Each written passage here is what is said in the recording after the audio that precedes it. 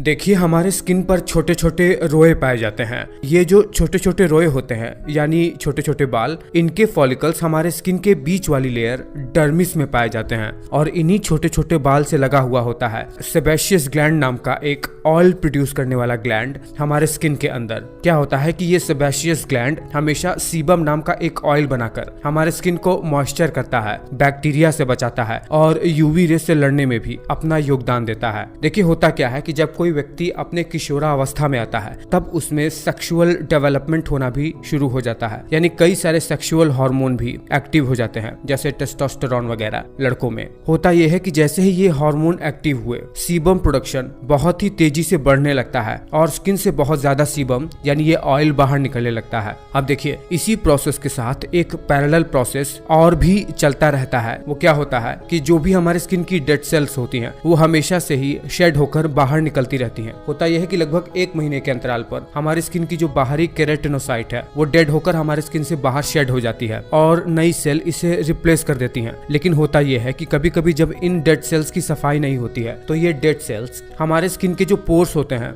जहां से हमारे बाल निकले रहते हैं और इन्हीं बाल के पोर्स से एडजेसेंट सेबेशियस ग्लैंड भी लगा रहता है सीबम रिलीज करने के लिए। वो पोर इन डेड सेल्स से क्लॉग्ड हो जाती हैं और इसी किशोरावस्था में यानी जवानी में सीबम का प्रोडक्शन बहुत ही तेजी से हो रहा होता है। तो क्या होता है कि जब सीबम इन पोर्स में ट्रैप हो जाता है तो कुछ बैक्टीरिया इन ट्रैप हुए सीबम में आ जाते हैं और इन्फेक्शन करने लगते हैं। ये देखकर व्हाइट ब्लड सेल्स भी यहाँ आती हैं फाइट करने के लिए इन बैक्टीरिया से। और होता क्या है कि इस ट्रैप्ड सीबम में यानी ये जो ऑयल है, अब इसमें इन्फ्लेमेशन होने लगता है, सूजन हो जाती है, रेडनेस आ जाती है और छूने में दर्द भी होने लगता है। अब देखिए, जब यही क्लॉग्ड पोर्स हवा के कांटेक्ट में आ जाते हैं तो यही व्हाइट हेड्स के नाम से जाने जाते हैं। जब यही क्लॉग थोड़े खुल जाते हैं और इनमें हवा लग जाती है तो ये ब्लैक हेड बन जाते हैं। और जब यही इन्फेक्शन इन क्लॉग्ड पोर्स में स्किन के बहुत ही अंदर तक चला जाता है और इन पोर्स में पस भर जाता है तो इन्हें पिंपल्स के नाम से जानते हैं हम लोग, यानी मुहासे। मतलब पिंपल्स भी कई प्रकार के होते हैं डिपेंडिंग की स्किन में किस जगह पर आपको